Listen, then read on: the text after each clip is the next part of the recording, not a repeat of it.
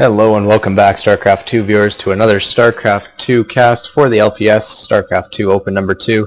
My name is Kopo, and today I'm bringing you Game 2 between RGNPerfect and Skyzero. Skyzero being the blue, or teal Terran spawning in the left-hand spawning position, and RGN being RGNPerfect spawning as the green Protoss in the right-hand spawning position. This is Game 2 between these two players in the round of 16 for the Last Player Standing StarCraft 2 Open number 2. Check them out at lastplayerstanding.com if you haven't already, or if you maybe if you didn't actually find this video on their site, then please do check them out, as this is a very well-run tournament, and I'm actually quite impressed and proud to be casting for them, as I am very happy with what I see. Game 1 we did see Skyzero go for that early concussive shell, and then Marauder Marine SCV all-in kind of thing. It actually failed quite horribly against RGNPerfect. Was able to deflect it with ease. He had 3 warp gates up, a 4th one coming up. Was able to warp in enough zealots and other units to deal with that appropriately. We'll see if this map being dual site, we'll see if Skyzero tries to take it to maybe more of a macro game, or if he decides to do some sort of cheesy all-in to try and take this to Game 3.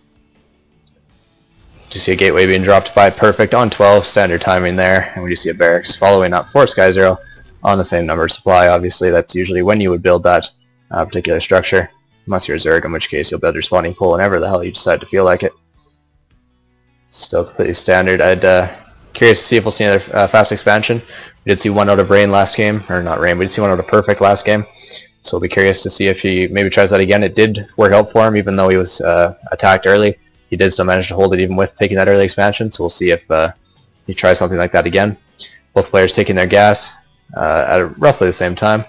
Nothing incredibly tricky about those gas timings. They're actually quite standard, as is all the play we're seeing from these players right now. So this map again does have a decently easy to defend natural. There is only one route. Well, there's 2 routes into it, but they're fairly removed from the mineral line. I mean, there's a route here and a route here. But really, this with a couple of well-placed bunkers, a couple of well-placed cannons, those expansions become decently easy to defend, at least as far as naturals go. Personally, I think they're much easier to defend as Elnaga Caverns type expansion myself.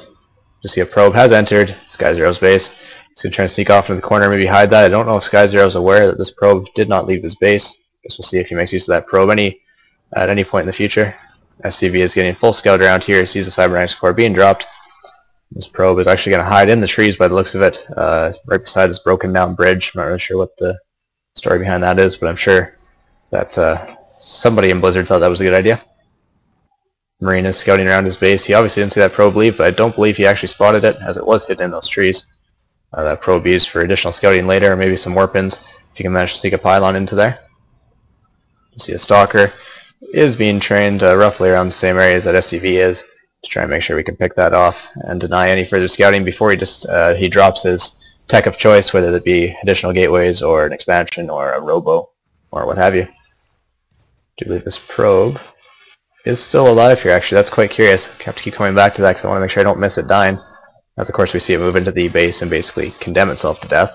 But he is getting a good scout, and he's seen that reactor goes down on the barracks as well as the tech lab. We're seeing actually a very, very similar opening to what we saw last time. No concussive shell started yet. We'll see if he decides to research that in his plans. Actually, we do see a factory being dropped instead. That is where his gas is going. We're not going to see the concussive shells, nor are we going to see the same cheesy all-in that we saw last time as a factory. It does indicate obviously some higher tech. 2 more gateways being dropped for Perfect, as we says to a 3-gate something. I'm not sure if it's a 3-gate expand or maybe a 3-gate robo, or maybe just a 3-gate because he likes to have 3 gateways in his base. Second gas being taken for the Terran. Second gas has been completed for a while for Perfect, by the looks of it. I don't believe, yeah, he's taken a fair bit out of this one so far. We're pushing out with a little small amount of Marines here. Nothing very threatening. Sentries will be able to force field those to no end and split them and probably pick them off quite nicely with that Stalker. Factory will be finished. We'll see if he decides to switch over with any of these add-ons. Maybe switch over to that reactor for some blue flame, or for some reactor Hellions, or onto the tech lab for early tanks. Probe is moving out here to drop that expansion nexus, and it's going to move out. Maybe try and do a bit of scouting that way. We do see this Skyzero's force has been on this Elnaga tower, which looks suspiciously like a warp gate, picking off that probe as it tries to leave and do additional scouting. Do see actually we're going to build a tech lab on the factory, as well as dropping a starport right beside it. We're going to see some advanced tech out of the Terran this time. We're not going to see any just tier 1 units.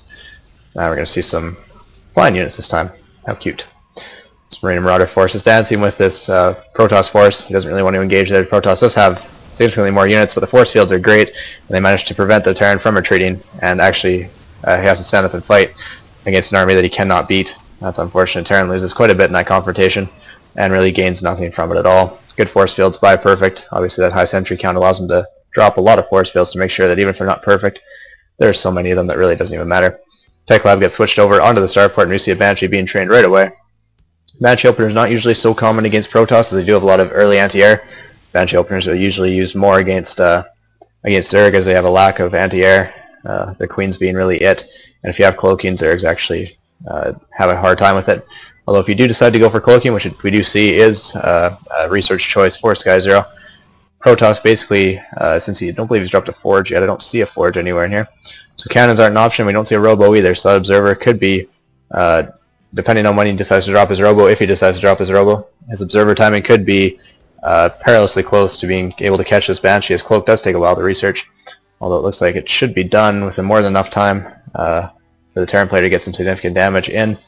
Protoss force is looking quite dangerous here, though. I wouldn't want to be the Terran in this position. He doesn't have nearly enough to defend against this. Protoss pushes up his ramp right now. Probe dropping the proxy pylon and then dashing up the ramp to quickly get killed. Got some additional scouting information though, saw the exact unit composition for the Terran player. And this pylon will be able to finish and warp in additional reinforcements. Protoss is moving up the ramp. Terran tries to kite to his best of his ability, but he doesn't have stim available to him, so he's unable to run away. Plus the force fields are keeping him locked in. We do see a mad SCV pull. Actually, those force fields are going to be blocking off those SCVs from doing any damage as these Zealots and Sentries and Stalkers pick off what few units are in their range. SCVs are all going to try and maybe charge in again once these force fields are done. But the Sentry count is so high that these force fields are so numerous they can split these SCVs to no end. Again, doing just that, some poor force fields there, but again, it really doesn't even matter. He's doing so much damage to Skyzero that this should basically be GG. Banshee comes out to do a little bit of damage, but it does cloak actually. That could be interesting. Protoss has nothing to defend. Nothing to detect, sorry, this cloaked Banshee, so he can basically have free reign on this army, but it looks like this army is still too big. It's going to do irreparable damage. You see the robo facility is being dropped just in case this does manage to extend past this point in the game. But Protoss is going to town on everything that Terran holds dear to his heart. Terran has very few SCVs left. He's killed all of the add-ons for every one of the facilities, and chased away the Banshee even. Going to go to work on the starport first as he sits back at home and macros. There's a Banshee back here that is being a bit of a pest. Cloaks and takes out some probes.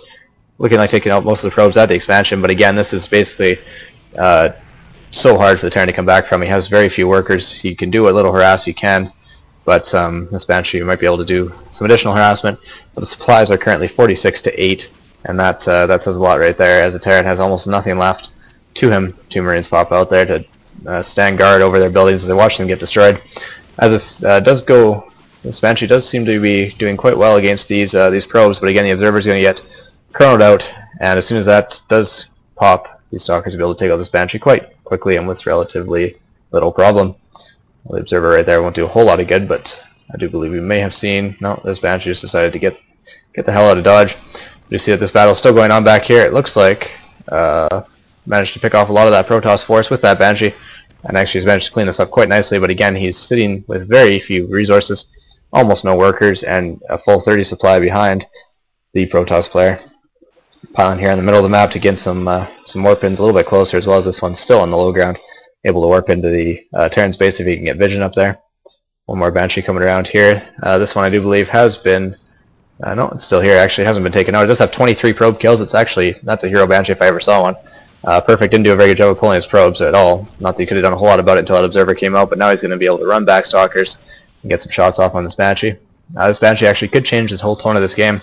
Although Protoss seems to have far too big of a gateway army, he's just going to run in here, kill this orbital command, and once he does, that will basically be game. Terran doesn't have enough money to rebuild it, so unless those Banshees can single-handedly win in the game, I don't believe that he'll have any way coming back from this. Protoss is going to continue to attack all the facilities he can. This Banshee's still alive now with 26 kills, but the observer's going to spot it as it does. There we go.